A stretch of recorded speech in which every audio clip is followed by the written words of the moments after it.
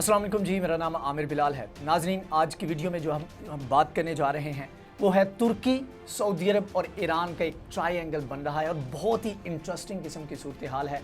और आप जब इसके बारे में जानेंगे, आपको मैं डिटेल बताऊंगा तो आप ख़ुद ही इस चीज़ को समझ पाएंगे, क्योंकि जिस तरह का माहौल चल रहा है, जिस तरह के हालात चल रहे हैं, तो ऐसे माहौल में जोड़ तोड़ और एक दूसरे को नीचा दिखाने की कोशिश जो है वो चल रही है। और ये एक ट्रायंगल जो बनता है, एक ट्राइका जो बनता है, ये इंटरेस्टिंग मामलात को इस तरह भी बना देता है कि इस पूरे रीजन में, मशरिक़ वस्ता में जो डोमिनेंस की एक जंग है, उसमें ये तीनों ममालिक जो हैं वो समझते हैं कि उनका हक है कि इस खित्ते के ऊपर वो राज करें, इस खित्ते के ऊपर वो हुकूमत करें। सऊदी अरब इस वक्त लीड कर रहा है और दूसरे नंबर पर सबसे ज़्यादा जिसने तंग किया हुआ है वो है ईरान। और ईरान ने दूसरी तरफ अगर एक कोशिश कर रहा है, तुर्की भी कोशिश कर रहा है, लेकिन जो है तुर्की को भी ईरान ने तंग किया हुआ है। अब जो आज की वीडियो में हम बात करेंगे वो ये है कि तुर्की और सऊदी अरब जो है वो करीब आ रहे हैं। तो इसका मकसद क्या है? क्या तुर्की जो है ईरान को सबक सिखाना चाहता है? यमन की जो सूरत हाल है, जो एक्सपर्ट हैं वो समझते हैं कि सऊदी अरब के पास एक गोल्डन अपॉर्चुनिटी है कि वो तुर्की के साथ मामला ठीक करे और ईरान को यहाँ पर शिकस्त दे। किस तरीके से शिकस्त दी जा सकती है उसके ऊपर मैं अभी आपको बताता हूँ।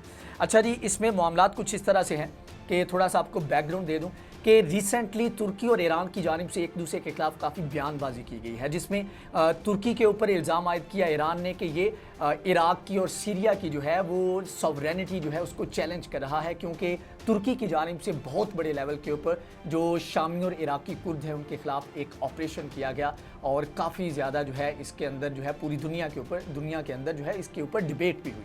तो इस चीज़ को लेकर तनकीद का निशाना बनाया ईरान ने तुर्की को। इसके बदले में तुर्की ने फिर जो है उल्टा उसने कहा कि पूरे खित्ते का रीजन का जो सिक्योरिटी है वो उसको ख़तरे में ईरान ने डाला हुआ है, तो ईरान को भी होश के नाखून लेने चाहिए। तो मतलब कि इस तरह की सूरत हाल है। एक दूसरे का जो रोल है शाम और इराक के अंदर, उससे ये दोनों ममालिक एक दूसरे से काफ़ी नाला नज़र आते हैं। और दूसरा, ईरान समझता है कि रशिया ने शाम के अंदर तुर्की को बहुत ज़्यादा फेवर दी हुई है, या दूसरे लफ्ज़ों में तुर्की ने रशिया को बहुत ज़्यादा फेवर दी हुई है। तो इस तरह का जो अलायंस है इन दोनों ममालिक का, उससे भी काफ़ी ज़्यादा ईरान को मसला है। अब आ जाते हैं सऊदी अरब की तरफ। सऊदी अरब का तुर्की के साथ काफ़ी ज़्यादा टसल चल रही है और ये मामलात उस वक्त ख़राब हुए जब इस्लामोफोबिया की एक लहर चली और जो फ्रांस के इमैनुअल मैक्रोन हैं उनकी जानिब से नाउज़ बिल्ला गुस्ताखाना खाकों की हमायत की गई। तो पूरी दुनिया की जानिब से, और ख़ास तौर पर जिस मुल्क ने इसको इनिशिएट किया, जो फ्रेंच प्रोडक्ट्स के बाइकआउट का था, तो वो तुर्की था। रजब तैयब एर्दोगान थे। अब तमाम ममालिक ने इसका बाइकआउट किया, लेकिन सऊदी अरब और यूएई की जानिब से इसका बाइकआउट नहीं किया गया। तब से एक दूसरे के दरमियान अलल ऐलान तो नहीं, लेकिन गैर एलानिया तौर पर जो ट्रेड है, बाहमी तिजारत है, वो काफ़ी जो है वो डिक्लाइन का शिकार है। अब यहाँ पर एक ऑलिव ब्रांच जो है वो ओपन करने जा रहे हैं, तुर्की करना चाहता है। इसके अलावा और काफ़ी सारी चीज़ें हैं जो इन्वेस्ट करना चाहता है। तो उसके लिए साजगार माहौल जो है वो मतलब कि तुर्की को चाहिए, और सऊदी अरब भी अपने मफादात के लिए तुर्की के साथ मिलना चाहता है। और कुछ ज़राए के मुताबिक, रिपोर्ट्स के मुताबिक, जो सऊदी अरब के जो ऑफिशियल्स हैं उनको शाही ख़ानदान की जानिब से इंस्ट्रक्शन जो है वो दे दी गई हैं कि आप तुर्की के साथ मामलात बेहतर करें। ऐसा क्यों कहा गया, उसकी रीज़न मैं अभी आपको बताता हूँ। अब सूरत हाल ये है कि तकरीबन 5 साल हो गए हैं यमन के अंदर सऊदी अरब की बिल्कुल जो है एक तरह से आप कह लें कि वाट लगी हुई है, और निकलने का या बचने का रास्ता जो है वो नज़र नहीं आता। पूरी दुनिया में तनकीद भी सऊदी अरब के ऊपर इसी वजह से की जाती है। मोहम्मद बिन सुलेमान जो कि आने वाले फरमान रवा हैं सऊदी अरब के, उनके ऊपर भी सबसे बड़ी तनकीद ये यमन के मामले को लेकर की जाती है। तो ऐसे में सऊदी अरब को लगता है कि एक तरफ जो टसल चल रही है तुर्की की ईरान के साथ, तो उस टसल का फ़ायदा उठाकर हम तुर्की को यूटिलाइज़ कर सकते हैं यमन के अंदर। किस तरह? इस तरह तो होगा नहीं कि तुर्की जो है अपनी फोर्सेस जो है वो भेज दे, लेकिन एक दूसरा तरीका है जो कि आजमूदा है, जो कि रिसेंटली अज़रबैजान और आर्मीनिया की जंग में तुर्की ने आजमाया। और वो इस तरह के तुर्की ने जो सीरिया के अंदर या इराक के अंदर जो जंगजू थे जिनको तुर्की सपोर्ट करता है, उनको मोबिलाइज़ किया और अज़रबैजान लेके आया, और जो कि आर्मीनिया के खिलाफ लड़े। एक ये इस फार्मूले के तहत जो है तमाम तर जो सोल्जर हैं, ये जंगजू हैं, इनको मोबिलाइज़ करके और इसके ऊपर पूरी डिटेल में, मतलब कि इसके ऊपर पूरा एक प्लान है, कितने डॉलर ऑफ़र किए जा रहे हैं जंगजूस को, इसमें कौन कौन से लोग इन्वॉल्व हैं, कौन कौन सी एजेंसीज इन्वॉल्व हैं, इसके ऊपर पूरी डिटेल मैं अगली वीडियो में बताऊंगा, क्योंकि एक लेंथी टॉपिक है जिसके ऊपर एक वीडियो में बात करना तकरीबन नामुमकिन हो जाएगा। अब इसमें अभी जो मैं बात करूंगा वो ये है कि दो ऑप्शन जो है या दो तरीके हैं जिनसे फ़ायदा उठा सकता है सऊदी अरब और उसके ऊपर कितनी पेशरफ्त हो सकती है। एक तो ये कि ये जंगजू जो है उनको मोबिलाइज़ किया जाएगा और वहाँ पर लाकर बॉर्डर के ऊपर लाकर खड़ा किया जाएगा, और ये मैं रिपोर्ट्स के हवाले से कह रहा हूँ कि ये मुसद्दिका रिपोर्ट्स हैं कि ऐसा हो रहा है, मतलब कि इस फार्मूले के तहत काम हो रहा है। तो ऐसे में लाकर उधर खड़ा किया जाएगा और वहाँ पर जो है जो हौसी जो हैं जो कि ईरान के बैक करदा हैं वो वहाँ पर अटैक करेंगे, तो ये उनको जवाब देंगे।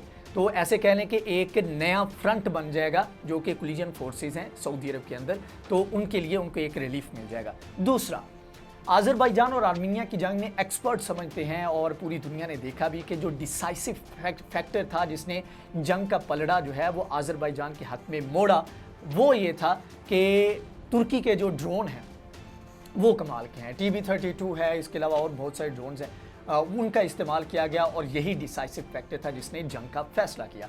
तो यहाँ पर तुर्की के जो ड्रोन्स हैं उनको भी इस्तेमाल किया जा सकता है और सऊदी अरब उनको इस्तेमाल करेगा।